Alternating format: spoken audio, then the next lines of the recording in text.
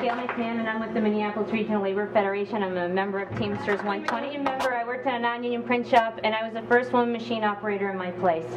Now, those jobs because they paid too much, so only the guys were allowed to have it because they had to support a family.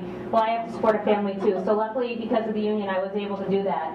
But one of the major reasons why CEOs are against this, and one of the things we've missed on is right now if a worker's fired for union activity, for trying to organize a union in their workplace, it gets dragged out for years. If that worker takes a job in the meantime and the employer has to pay money back, the National Labor Relations Board says, how much money did you make while you were fired? And if they made more money or as much money, the employer doesn't have to pay a single dime. So it means that basically there's no recourse for the employers. Under the new law, under the Employee Free Choice Act, they would have to pay. They would have to pay 3 times what that worker would have made in a year. Yeah. So it's time for us to hold the table. And this is the real reason why they're so concerned about workers' rights, because they're really concerned about how it's going to cost them money. They don't want to pay. I think it's really important to pay attention to 3 local corporations that have poured a bunch of money into trying to block the Employee Free Choice Act. Hubbard Broadcasting, which is not very far from here at all, right? They've spent a lot of money trying to block this. Target has spent a lot of money trying to block this. Best Buy has spent millions, all of these companies have spent millions of dollars trying to block this. So we need to support Amy and thank her, but we need to write corporations and tell them our money is going someplace else if they're going to fight against the interests of working people. We're only going to win this if we create a crisis around it, folks, and the crisis is to create is for Target and Best Buy and Hubbard Broadcasting and for anybody else that's putting money to work against us. CEO of Bank of America, what's the spell's name? Is it Stephen Lewis or something like that? He doesn't know my name, I don't know his name. Right. When he came before our committee after receiving money from the government to help his bank from failing, I asked him why he was organizing against the Employee Free Choice Act. I mean, the very American taxpayer dollars that workers help to earn and provide being used to undermine the rights of workers. That's right. And we challenge them on that. I'm Deb Severs from ATU 1005. I also heard that there was a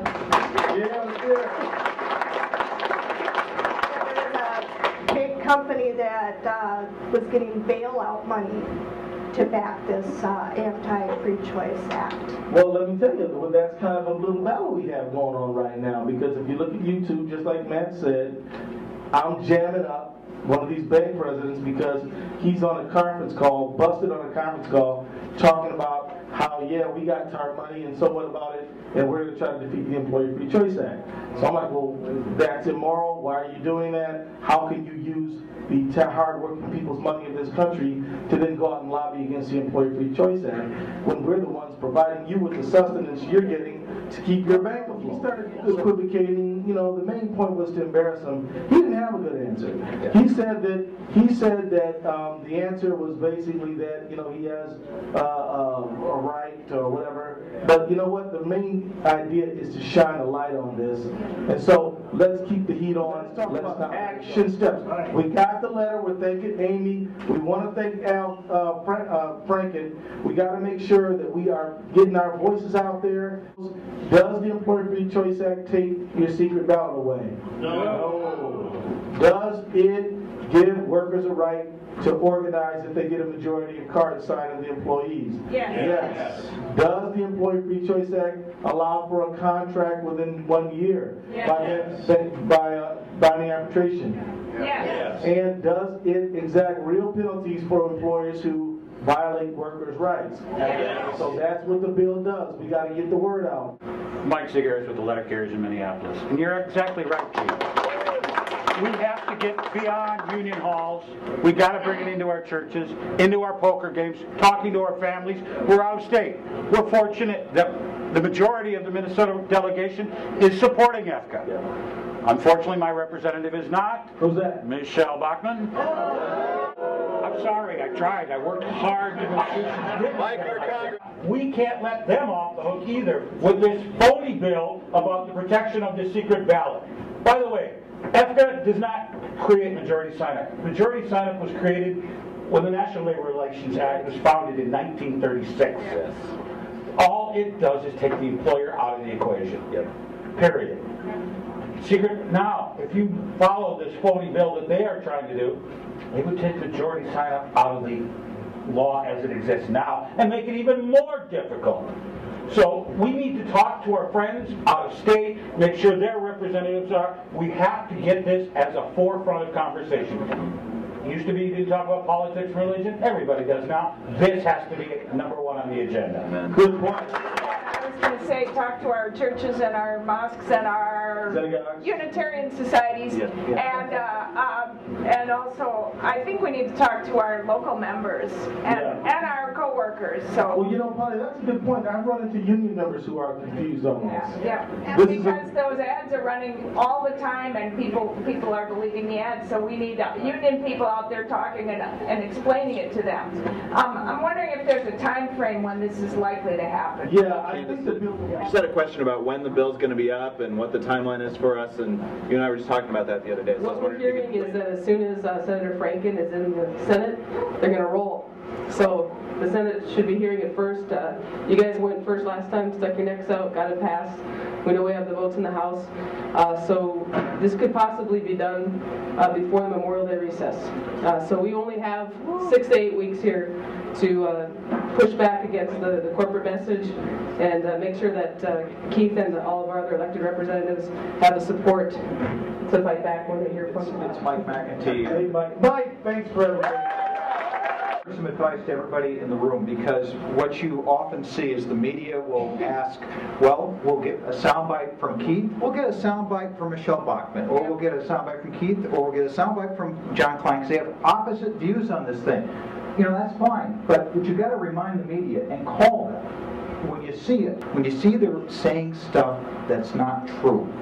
Wrong, and they shouldn't be running stuff that's wrong, and that they need to be truthful, not just being lazy by reporting what somebody else said. Well, as I said before, you know, politicians see the light when they feel the heat. That means we got to keep the heat on. We can't allow these people to think that we're going to let them off the hook.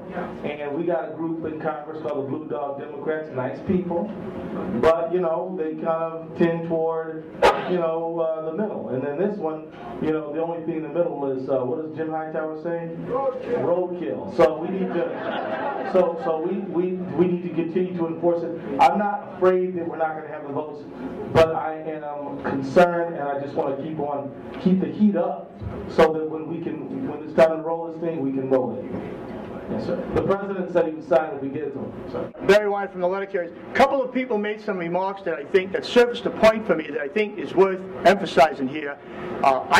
Candace is heading up a group, a coordinating committee of all the unions in the state on the Employee Free Choice Act, which I serve on. And we took a look at some polling, and turns out it really, notwithstanding all the efforts that we've made to communicate within our own union, there is a surprising number of our own members that are not informed. That's why we made one of our first priorities making sure that we do internal membership information and education about these issues. I just wanted to emphasize that. Very, very important point. You know, one of the things I'd like to see happen with this effort around the Employee Free Choice Act is not just expansion of the union movement, but also a rejuvenation of the union movement. Yes. And you know, we need that, because the fact is that unions, we fought the hard battles a generation ago. And many people came up here and talked about how they went to college because their dad or their mom was a union member. Well, we have become the victim of our own success. And some of us think that, you know, the reason we got the snowmobile and the jet ski and the cabin is because we're just so smart. Well, you are smart, but that's not what got you there. You had a little help from your friends. And so we need people to remember that we need to rejuvenate the union movement that exists and expand its ranks.